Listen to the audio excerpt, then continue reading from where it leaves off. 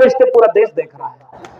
और झूठ बोलने का इतना बड़ा काम, क्या बोला था जबकि मैं, वो बेच रहे हैं भारत को, मैं चैन से कैसे सो जाऊं, वो लूट रहे हैं भारत को, खामोश में कैसे हो जाऊं। हाँ, मैंने कसम उठाई है, मैं देश नहीं झुकने दूंगा, है सौगंध मुझे इस मिट्टी की, मैं देश नहीं बिकने दूंगा। और जैसे ही पद पर पहुंचे, बैंक बेच दिया, LIC बेच दी, रेलवे बेच दिया, जमीन बेचने का काम किया, BSNL बेच दिया। हमारे एक अमित यादव जी वहां पर आए हैं, जनरल मैनेजर पोस्ट ऑफिस में, पोस्ट ऑफिस बेच दिया है। अब धीरे धीरे खेत बेच दिया। नई शिक्षा नीति से शिक्षा बेच दी। मैं दिल्ली यूनिवर्सिटी पहुंचा 10 साल 15 साल पहले, जिस डिग्री की फीस 4,000 थी, आज उसकी फीस 40,000 हो गई। आमदनी 10 साल में बढ़ी क्या? शिक्षा महंगी हो गई। गरीब के बच्चों को अब शिक्षा नहीं मिलेगी। अब गरीब पैदा हो गए तो गरीब ही मर जाओ, गरीब पैदा हो गए तो अब आपके बच्चों को शिक्षा देनी है तो करोड़ों रुपया का डॉक्टर इंजीनियर बनने का खर्चा हो गया। इस समय पता है नौजवानों, बताओ 1 करोड़ रुपए से ज्यादा फीस है कि नहीं MBBS और मेडिकल फीस की? बताइए जोर से। पेड फीस 1 करोड़ रुपया हो गई कि नहीं 5 साल की? 1 करोड़ रुपया किसके अकाउंट में है कि उनका बेटा बेटी डॉक्टर बनेगा? और यहां सब उत्तर प्रदेश से लेकर दिल्ली तक जिसकी सरकार है वो तो पेपर ही लीक करा दे रहा है। बताओ, बैंक, PO, RO सबकी पेपर लीक हो गए कि नहीं हो गए? तो पढ़ेगा इंडिया, आगे बढ़ेगा इंडिया, ये नारा लगाया था फकीर ने। और न पढ़ेगा इंडिया न आगे बढ़ेगा इंडिया। पढ़ लेता इंडिया तो सवाल पूछता। मैं पुराने लोगों का, एक संत आंदोलन का एक चुटकुला है, 1-2 चीज कह के जा रहा हूं। एक आदमी गुजर गया, तो वो गुजर गया तो एक आदमी आया और कहा कि हम मोक्ष दिलाने का काम करते हैं, धरती पर उनके अवतार है। पाखंड अंधविश्वास से बचना क्यों जरूरी है सोचना। गौदान कर दीजिए तो गाय आपके पिता दादाजी को मिल जाएगी, क्योंकि आत्मा उनकी अभी मुक्त नहीं हुई है। तो कैसे गाय जाएगी? तो कहे पूछ पकड़ के आत्मा पार कर जाएंगे। वो किस्सा कहानी सुनिएगा, वो किस्सा सुना दे इलाहाबाद में, तो बड़ा जरूरी है, बाकी जो होगा देखा जाएगा। एक बार एक आदमी यहीं से जल चढ़ा रहा था, और जल चढ़ाते हुए बगल वाले ने पूछा, मैं उस समय इलाहाबाद यूनिवर्सिटी में पढ़ता था, वहीं के सीनियर ने किस्सा सुनाया था, हम लोग घूमने गए थे। उसने कहा किसको चढ़ा रहे हैं? तो कहा पितरों को चढ़ा रहे हैं। कहा यहीं पहुंच जाएगा? कहा पहुंच जाएगा। कहा कितनी दूर? तो कहा अरे वो तो करोड़ों किलोमीटर ऊपर है, यहीं से जल चढ़ाएंगे पहुंच जाएगा। वो मेरे जिले का था, आजमगढ़ की तरफ मुंह करके वो भी जल चढ़ाने लगा। तो दूसर का पूछा तुम क्या कर रहे हो? तो कहा कि हम आजमगढ़ से आए थे, गेहूं के खेत में पानी नहीं भर पाए तो सोचे यहीं से भर दें। मैं और कुछ नहीं कहना चाहता हूं, मैं तर्क की बात कर रहा हूं, हमारे महापुरुषों ने सिखाया। उसने कहा कि अरे पागल हो, यहां 150 किलोमीटर दूर यहां से पानी कैसे चला जाएगा? कहा हजारों लाखों किलोमीटर दूर यहीं से चला जा रहा है, तो हमारा खेतवा नहीं भर जाएगा। जहां बुद्धि आएगी पाखंड अपने आप खत्म हो जाएगा। भगवान दिल में है, जिसको मानना है मानो। महात्मा कबीर ने कहा है, मोको कहां ढूंढे रे बंदे, मैं तो तेरे पास में। ना मैं मंदिर, ना मैं मस्जिद, ना काबे कैलाश में, ना मैं जप में, ना मैं तप में, ना मैं व्रत उपवास में। खोजी हो तो तुरते मिल हो पल भर की तलाश में। और कहें कबीर सुनो भाई साधो, मैं तो हूं विश्वास में। हम कबीर को मानने वाले लोग अपने दिल में अपने चीजों को लेकर चलते हैं। हमारे लिए धर्म धंधा नहीं है, धर्म दिल में है। जिसको पूजा करनी है करो। बाबा साहब के संविधान ने सबको अधिकार दिया है, लेकिन एक धर्म वाले को दूसरे धर्म से लड़ाने का यह धंधा बंद कर दो। और जितने बेरोजगार नौजवान हैं उनको रोजगार देने की बात करो। 2 करोड़ रोजगार हर साल देने की बात। और आज क्या रोजगार की स्थिति है? 45 साल में बेरोजगारी सबसे ज्यादा। और बताओ 99% हमारे दलित पिछड़े लोग बेरोजगार बैठे हैं कि नहीं बैठे? और विद्यालय की फीस महंगी हो गई। आखिरी में 3 चीजें बता रहा हूं। स्कूल, प्राइमरी स्कूल का बजट इस बार की सरकार ने और घटा दिया है। पिछले 10 साल में शिक्षा का बजट आधा हो गया है। 2014 में 5.4% शिक्षा पर GDP का खर्च होता था, और आज शिक्षा पर GDP का कितना खर्च होता है पता है? 2.3%, यानी 2.5% से भी कम पैसा खर्च नहीं किया जा रहा शिक्षा पर। अस्पतालों में दवाई नहीं, प्राइमरी स्कूल में चले जाओ मास्टर नहीं, और जो मास्टर है उसके ऊपर इतना काम का प्रेशर लगा दिया है कि वो पढ़ाने के अलावा बाकी सारे काम करता है। तो न पढ़ेगा इंडिया, न सवाल पूछेगा इंडिया। जब मूर्ख पैदा होंगे, शिक्षा होगी नहीं आपके घर में, तो रोजगार मिलेगा क्या? अगर आपका बेटा बेटी अच्छे स्कूल में पढ़ाई करने नहीं जाएगा तो डीएम बन पाएगा क्या? जोर से बताना। डीएम बनेगा? कलेक्टर बनेगा? आईएएस आईपीएस बन जाएगा क्या? अगर उसको अच्छी शिक्षा नहीं मिलेगी तो डीयू जेएनयू पढ़ाई करने जा पाएगा क्या? पढ़ाई है ही नहीं, और पढ़ाई महंगी हो गई। इसी इलाहाबाद विश्वविद्यालय में 400% फीस बढ़ाई गई थी, और जिन बच्चों ने आंदोलन किया उन्हीं को मुकदमा करके जेल में डाल दिया। बताइए, ये इलाहाबाद विश्वविद्यालय की हालत है। 400% फीस बढ़ा दी। आमदनी बढ़ी है क्या किसी की? और खर्चा बढ़ गया, पढ़ाई महंगी हो गई। राजा पढ़ा लिखा होता है तो शिक्षा, पढ़ाई, दवाई मुफ्त देता है। समाजवादियों का नारा लगा करता था, रोटी कपड़ा सस्ती हो और दवाई पढ़ाई मुफ्ती हो। पढ़ाई दवाई मुफ्त में देने का काम सरकार का था। राजा पढ़ा लिखा होता है तो कलम और किताब को मुफ्त में लोगों तक पहुंचाता है, और राजा अनपढ़ होता है तो 18% जीएसटी कलम और किताब पर लगा देता है, और पढ़ाई महंगी हो जाती है। गरीब कमजोर का बच्चा शिक्षा नहीं पाएगा। इसलिए यह शिक्षा का महोत्सव किया गया था। दो बात केवल कह करके अपनी बात खत्म कर रहा हूं, क्योंकि और वक्ताओं को सुनना है। दो बातें। पहली, ये जितने महापुरुषों की तस्वीर लगी है, इन तस्वीरों और इन विचारों को गांव-गांव पहुंचाना हमारी जिम्मेदारी। ये पुराने लोग, या संत गाडगे के बारे में कितने लोग जानते हैं? संत गाडगे कितने लोग जानते हैं? पता ही नहीं होगा। अभी तो पता ही नहीं कि कितने समुदाय के लोग यहां बैठे हुए हैं।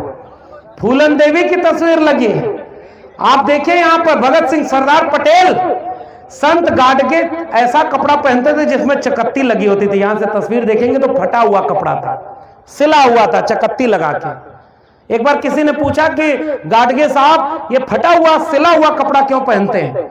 उन्होंने कहा, मेरा समाज ऐसे ही चिथड़ों में बटा हुआ है, और जैसे मैं कपड़ा जोड़ करके एक बना दिया हूं, मैं चाहता हूं कि मेरे बहुजन समाज को कोई जोड़े और सबको एक बना दे। उसकी लड़ाई लड़ने का काम संत गाडगे ने किया था। बताइए, उनकी तस्वीर यहां लगी है और लोगों को पता ही नहीं। और इसलिए मैं कह रहा हूं, ज्ञान विज्ञान और तर्क की बात करो। हलवा खाने का काम बनाओ, गोबर खाने वाला देश कभी मत बनाना। यह मैं आपको इशारे में कह के जा रहा हूं। पाखंड और अंधविश्वास ऐसे फैलाया जा रहा है, नया नया सब बाबा आके पर्ची बना रहा है। आपके जीवन में ये होने वाला है, आपके जीवन में ये होला है, और घर के तमाम लोग जाके ऐसे बैठे हुए। एक बाबा का रील्स मैंने देखा, नौजवानों के मोबाइल में आया होगा। एक आदमी जाके कहा कि हमको पथरी हुई है। बाबा अपना आंख बंद किया, कोई मंत्र पड़ा और ऐसे ऐसे कैंची हवा में चलाया। उसके बाद का बच्चा पथरी देखो। उसने कहा बाबा गायब हो गई, बाबा की जय हो। उसने हवा में कैंची चला के पथरी का इलाज कर दिया। अगर ऐसे ही ताकत है तो एक एक हॉस्पिटल में बैठा दो। यहां बीमारों को दवाई नहीं मिल रही है, जाके एक सरकारी अस्पताल में, और वहीं लखनऊ में एक पीजीआई है। एक बार जाके पीजीआई में देखो हमारे लोग कैसे लाइन में लगाए बैठे, फोन करते हैं कि आपको तो बहुत लोग जानते हैं, एगो डॉक्टर से नंबर लगवा दीजिए। विधायक जी यहाँ बैठे हुए हैं, दोनों लोग अकेले में। विधायक जी लोगों से पूछिएगा सबसे ज्यादा पैरवी किस चीज की आती है? थाने पर हमारी पैरवी करवा दीजिए और हॉस्पिटल में हमारा थोड़ा मदद करा दीजिए। हमारे लोग कितने गरीब, कमजोर, बेबस बना दिए गए, और उनको लगता है कि वो गरीब इसलिए होंगे कि पिछले जन्म में कोई पाप किए रहे होंगे। बताओ सही कह रहा हूं गलत?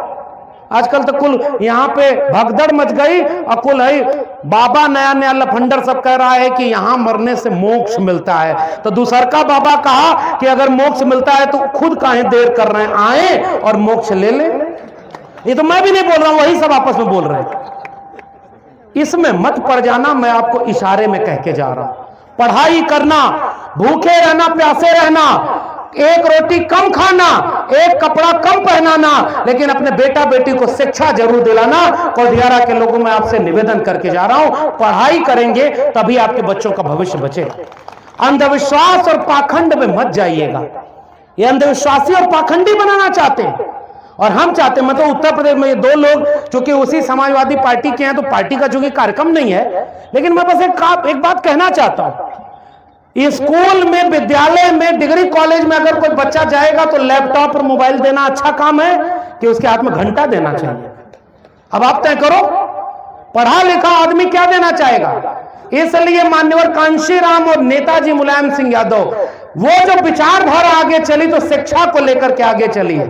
और मैं चाहता हूं कि ये जो अजय मोहन ने आज काम किया है, एक बार जोरदार तालियों से इनको बहुत बधाई दीजिए कि आपके इलाके में शिक्षा जगाने का काम किया है। लेकिन मैं एक बात कह के जाऊं, इन्होंने शुरू में बड़ी महत्वपूर्ण बात कह दी। एक कार्यक्रम कराने के लिए अगर कोई आर्थिक रूप से मदद भी न कर पाए तो मैं समझूंगा कि ये लड़ाई बहुत दूर तक नहीं लड़ी जा सकती। घर बेच के और घर के गिरवी रख करके कोई सामाजिक काम नहीं हो सकता। तो मैं अजय जी से निवेदन सार्वजनिक मंच पे करना चाहता हूं। लड़ाई लंबी है। फूले, अंबेडकर, पेरियार, नेताजी, कांशीराम सबने यहां तक तो पहुंचा दिया। अब तो इतने लोग हैं, अपना घर फूंक करके मत चलो आगे, समाज को जागरूक करो आप। और मैं आपसे निवेदन करना चाहता हूं, अगर कोई आपके बीच का बच्चा लड़ाई लड़ रहा है तो इसकी ताकत बनना आपकी जिम्मेदारी है, क्योंकि अगर यह हारेगा तो समाज के ऊपर इसका दोष जाएगा। अगर आप कल्पना करिए कि आपके बीच का, आप कहते हो 90% आबादी है और आपके बीच का आदमी लाठी खा के रह जाए, कम से कम देखो, सांप अगर काटना छोड़ रहा है कोई बात नहीं, फुफकारना भी छोड़ देता है ना तो लड़का जाके ढेला मारते हैं सब। समझदार को इशारा काफी। हम जानते हैं कि लाठी का जवाब अब लाठी से नहीं देना है, लेकिन इतना एकजुट तो रहो कि आपके लोगों के ऊपर कोई लाठी उठाने की भी हिम्मत न कर पाए। इतना एकजुट तो आपको खड़े होकर के रहना होगा। और जितने लोग आए हैं, अब कोई कथा भागवत सुनने गए होते, अब एक आदमी आके कहता कि जो एक पहलवा पर्चा चलता था, हम लोग इलाहाबाद यूनिवर्सिटी पढ़ते थे, जाते थे, तो पर्चा सब एक एक सीट पर ऐसे ऐसे रख देता था। उस पर लिखा होता था कि ये चमत्कारी पर्चा है। इस पर्चा को जब सुरेश ने पढ़ा, 1000 लोगों को बंटवाया, 24 घंटे में उसका काम बन गया, बिगड़ा काम हो गया। और महेश ने उस पर्चे को देखा और फाड़ कर फेंक दिया, 24 घंटे में उसके घर दुर्घटना हो गई। अब दोनों पर्चा भी लिखा हुआ है, जितने लोग डरपोक हैं सब लोग 5-5 हजार पर्चा छपवा के बंटवा रहे हैं। 24 घंटे में कोई खबर करी गलत ना आ जाए। धर्म डरा देता है और आप डर जाते हैं। और आपके बीच का कोई आदमी अगर लड़ रहा है तो इसकी ताकत बनना हमारी जिम्मेदारी है कि नहीं? इसलिए घर घर किताब पहुंचाइए। मैं यही अपनी बात खत्म करूंगा ये कहते हुए। अभी आप लोग कोई उठिएगा मत, हमारे दोनों माननीय और लोग आए हुए हैं जो भी बोलेंगे। आप लोग, एक निवेदन मेरा है कि इस कार्यक्रम को डिस्टर्ब न होने पाए, हम लोग अभी बैठेंगे। पहला निवेदन मैंने आपसे किया, अपनी विचारधारा को जानिए। भाई को भाई का गला नहीं, हाथ पकड़ना है। हमें भाई को भाई से लड़ाया जा रहा है। जाति जनगणना कराई नहीं जाती है और कहा जाता है ओबीसी में सारी मलाई ये 2-3 लोग खा लिए और बाकी भाइयों को भड़का दिया जाता है। इसलिए एकजुट होना हमारी जिम्मेदारी है। बताइए एकजुट होंगे कि नहीं? 90% बहुजन लोग एकजुट होंगे कि नहीं? मैं आपको एक निवेदन करूं, थोड़ा दिल बड़ा करना। जिसकी जातियां बड़ी हैं, अपने को ज्यादा संख्या में समझती हैं, जीतने का ये हुनर भी आजमाना चाहिए। जंग अगर भाई से हो तो हार जाना चाहिए। अगर आपका कोई भाई आपसे कोई शिकायत करे ना, तो जातियों के बहुजन लोगों उसका बुरा मत मानना। अपना कमजोर भाई भी अगर संख्या में है तो उसको कंधे पर बिठाकर अपने बराबर बिठाना, तभी जाकर ये लड़ाई जीती जा सकती है। भाई और भाई को एक होना है, एक होंगे ना। और दूसरा निवेदन, शिक्षा का एक कार्यक्रम था, एक राष्ट्र एक शिक्षा। राष्ट्रपति का बेटा हो या चपरासी की हो संतान, और टाटा बिरला गरीब का बेटा, सबको शिक्षा एक समान, ये समाजवादी लोगों का तो नारा लगा करता था। मैं आपको निवेदन और भरोसा दिला के जा रहा हूं, एक प्रोफेसर जो जिसको प्रोफेसर भी नहीं रहने दिया, वो कलम और किताब से ही यहां तक पहुंचा है। मैं तो कहता हूं, बाबा साहब का संविधान और मंडल कमीशन न होता तो मैं आजमगढ़ के किसी खेत में गाय भैंस चरा रहा होता। मैं यहां तक पहुंचा हूं तो बाबा साहब के संविधान की बदौलत, महापुरुषों के आंदोलन की बदौलत और मंडल कमीशन की बदौलत पहुंचा। इसलिए इसको बचाना हमारी जिम्मेदारी है। भूखे रहना, प्यासे रहना, अपने बेटा बेटी को शिक्षा दिलाना ताकि वो जागरूक पैदा हो, समझदार पैदा हो और आपस में मिलजुल करके रहिएगा। ये आपस में लड़ना हमारी बात नहीं। सब चुनाव जैसे जैसे नजदीक आएगा, लड़ाने वाला आपके गांव में आएगा, शिकारी आएगा, जाल फैलाएगा, दाना डालेगा, लेकिन चिड़ियों तुम दाने में फंसना मत। कहानी सुनी है ना, लेकिन हमारे समाज के लोग क्या हो रहा है, हमारी जाति बिरादरी के आदमी को टिकट दे देती है कोई भी पार्टी तो सबको वोट देते हैं, चाहे वो संविधान ही बदलने का नाम क्यों न ले रही। पहचानिए कि आपका अपना कौन है जो संविधान की बात करे, जो पहले हमारे यहां नारा लगता था बहुजन आंदोलन का कि जो संविधान की बात करेगा वही दिल्ली पर, जोर से बोलिए, जो संविधान की बात करेगा वही दिल्ली पर, जो संविधान की बात करेगा वही दिल्ली पर। यह हमारी एक लड़ाई और कलम और किताब की लड़ाई को आगे ले जाना है। बहुत मेहनत की है इस बच्चे ने, मैं जानता हूं। आदरणीय मान सिंह जी का फोन आया था, उन्होंने हमसे निवेदन किया और ये तो संत कबीर नगर आ गए थे बुलाने, लेकिन चूंकि देर हो गया इसलिए बहुत सारी बातें अभी नहीं कर पाया हूं, लेकिन एक भरोसा दिला के जा रहा हूं। आया हूं, 5 घंटे लगे हैं यहां 50 किलोमीटर आने में, 5 घंटे लग गया सर, लेकिन एक भरोसा, कुछ दिन बाद फिर से ऐसा ही वैचारिक कार्यक्रम हो और उसमें हम लोग बैठ करके फिर से बात करेंगे, संवाद करेंगे, बाबा साहब के संविधान को बचाने के लिए आगे बढ़ने का काम करेंगे। लेकिन जितने लोग यहां आए हैं, आप सबकी जिम्मेदारी है, अगर कोई कार्यक्रम आपके सहयोग के बिना नहीं हो पाएगा, अगर आप सब इस बच्चे से पूछना अकेले में जाके, अगर 1 रुपए की भी जरूरत हो और इसके पास 10 रुपए समाज का पहुंच जाए, हम इनको केवल ये भरोसा दिलाएंगे, समाज के भरोसे को तोड़ना मत, समाज को भरोसा दिलाते हैं कि आप इनकी मदद करो और ये आपके बीच में खड़े होंगे। और चुनाव लड़ने के लिए नहीं, वो तो नेता करेंगे, अभी समाज को जगाने के लिए हम इनका सहयोग करने की बात कर रहे हैं। समाज जागेगा तो आगे बढ़ेगा और ये सामाजिक कार्यक्रम इन्होंने किया है, आपका जिम्मेदारी है, पूछो इनसे। आप सामने नहीं आ सकते हो तो जो सामने से लड़ाई लड़ रहा है उसकी हिम्मत बन के खड़े हो जाना। और जितने लोग ये नीला झंडा, पंचशील का झंडा और ये सारी चीजें हैं, इन सबको गांव-गांव ले चलना। और मैं केवल ये कहना चाहता हूं मेरे गांव के लोगों, ले मशाले चल पड़े हैं लोग मेरे गांव के, अब अंधेरा जीत लेंगे लोग मेरे गांव के। इसी उम्मीद के साथ आपके समय जितना भी महापुरुषों का विचार है, संविधान का जो विचार है, इसको गांव-गांव पहुंचाइए, गले से गले मिलिए और एक ऐसा भारत बनाने की कोशिश करिए जिसमें पढ़ाई हो, दवाई हो, सिंचाई हो, जेब में कमाई हो और आपके साथ कोई अपमान हो जाए तो सुनवाई हो, ऐसे लोगों की हुकूमत हो। और भोजपुरी में हमारे यहां गाना था, हमारे यहां भोजपुरी में गाया जाता है कि नून रोटी खा के भले जिंदगी बीतैहा, नून रोटी खा के भले जिंदगी बीतैहा, अपने ना पढ़ला मगर बचवा के पढ़ैया, अपने ना पढ़ला मगर बचवन के पढ़ैया। और पढ़ लिख के ही केहू बनल महान बा, और पढ़ा लिखा भैया कलमिया में जान बा, पढ़ा लिखा भैया कलमिया में जान बा।